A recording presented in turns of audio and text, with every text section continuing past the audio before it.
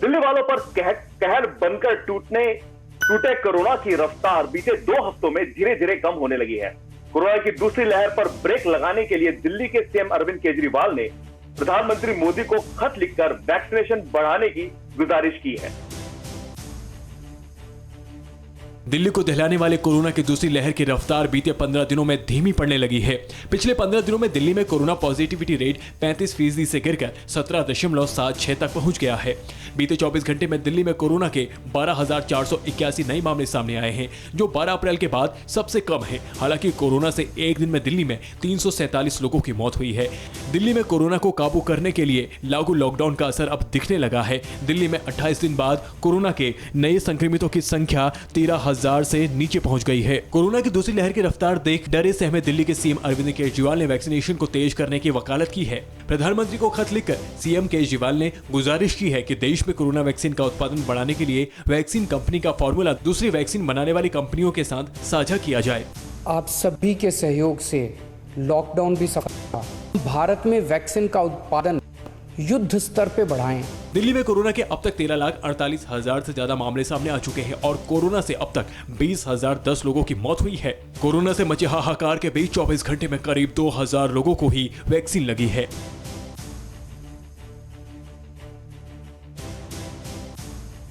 Twitter ने corona महामारी से जूझ रहे भारत की मदद के लिए दोस्ती का हाथ बढ़ाया है। ट्विटर ने भारत को कोरोना से लड़ने के लिए 110 करोड़ रुपए देने का ऐलान किया है। भारत में कोरोना से मचे तांडव के बीच माइक्रो ब्लॉगिंग साइट ट्विटर ने देर से दुरुस्त पहल की है।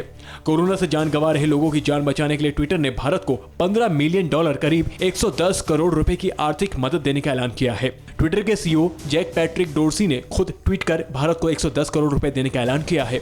डोर्सी ने बयान दिया है कि कोरोना महामारी से जूझ रहे भारत की आर्थिक मदद के लिए ट्विटर ने 3 नॉन गवर्नमेंट ऑर्गेनाइजेशन को 110 करोड़ रुपए दिए हैं। केयर को $10 मिलियन, एड इंडिया और सेवा इंटरनेशनल यूएसए को $2.5 मिलियन मिला है। आर्थिक मदद से life saving equipments, oxygen concentrator, ventilator, BiPAP और CPAP मशीन खरीदा जाएगा।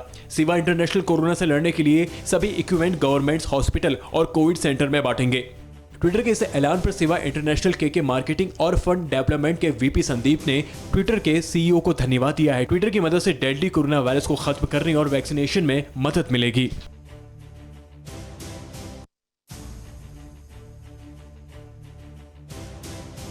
कोरोना के कहर को देखते हुए तेलंगाना ने आज 10 दिनों के लिए लॉकडाउन लगा दिया है, तो गुजरात सरकार ने 36 शहरों में नाइट कर्फ्यू को 18 मई तक बढ़ा दिया है।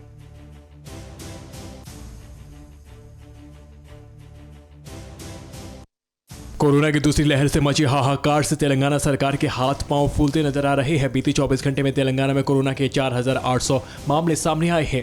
राज्य में खौफनाक होते कोरोना की रफ्तार को देखते हुए सीएम के चंद्रशेखर राव ने तेलंगाना में 10 दिनों तक कठोर लॉकडाउन लगाने का ऐलान किया है। तेलंगाना सरकार को उम्मीद है कि लॉकडाउन लगाने से कोरोना वायरस काबू में आएगा और कोरोना वायरस की चेन टूटेगी। लॉकडाउन से लोगों को कोई परेशानी नहीं उठानी पड़े, इसलिए सरकार ने अनिवार्य सेवाओं को लॉकडाउन से छूट दी है। गुजरात में भी कोरोना लोगों के ऊपर कहर बनकर टूटा है। बीते 24 घंटे में गुजरात में कोरोना के 10,990 मामले सामने आए हैं और 118 लोगों की मौत हो गई है। कोरोना वायरस के तांडव को फैलने से रोकने के लिए गुजरात के 36 शहरों में नाइट कर्फ्यू को एक हफ्ते के लिए बढ़ाकर 18 मई तक लागू कर दिया गया है। 18 मई तक लागू हुआ नाइट कर्फ्यू रात 8 बजे से लेकर सुबह 6 बजे तक लागू रहेगा। इसके अलावा और भी कई राज्य हैं जहां कोरोना की वजह से लॉकडाउन या नाइट कर्फ्यू लगाया गया है, जिसे धीरे धीरे कुछ दिनों के लिए बढ़ाया जा रहा है ताकि कोरोना पर कंट्रोल किया जा सके। कोरोना महामारी के बीच संक्रमित मरीजों को फंगस संक्रमण का खतरा भी घेर रहा है। पहले ये फंगस महाराष्ट्र और गुजरात में दिखा था, लेकिन अब ये संक्रमण यूपी के मेरठ तक पहुंच गया है। एक तरफ कोरोना का खतरा और दूसरी तरफ फंगस संक्रमण का खतरा। पिछले कुछ दिनों में कोरोना के मरीजों को ब्लैक फंगस संक्रमण का खतरा भी काफी तेजी से घेर रहा है। पहले यह संक्रमण महाराष्ट्र और गुजरात के कुछ जिलों में था, लेकिन अब यह संक्रमण यूपी तक पहुंच चुका है। ब्लैक फंगस महाराष्ट्र गुजरात के बाद यूपी तक पहुंच गया है। मेरठ में कुछ मरीजों में ब्लैक फंगस की बीमारी देखने को मिली है। 3 कोरोना संक्रमित मरीजों में ब्लैक फंगस देखने को मिला है। 2 मरीज की हालत गंभीर है, दोनों का इलाज जारी है।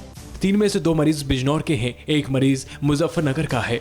इसके बाद लखनऊ में भी कोरोना संक्रमित 3 मरीज घातक ब्लैक फंगस की चपेट में आ गए हैं। लखनऊ के प्रतिष्ठित किंग जॉर्ज मेडिकल यूनिवर्सिटी में इन तीनों मरीजों में म्यूकरमाइकोसिस होने की पुष्टि की गई है। बताया जा रहा है KGMU के मेडिसिन डिपार्टमेंट में इनका इलाज चल रहा है। इससे पहले कोरोना के मरीजों में ब्लैक फंगस होने की शिकायत मिल रही थी, लेकिन अब KGMU ने आधिकारिक तौर से मरीजों में ब्लैक फंगस की पुष्टि की है। फंगस को लेकर मरीजों को सतर्क रहने को कहा गया है। अनुमान है कि ये फंगस अगले कुछ दिनों में कुछ और मरीजों को भी अपनी चपेट में ले सकता है।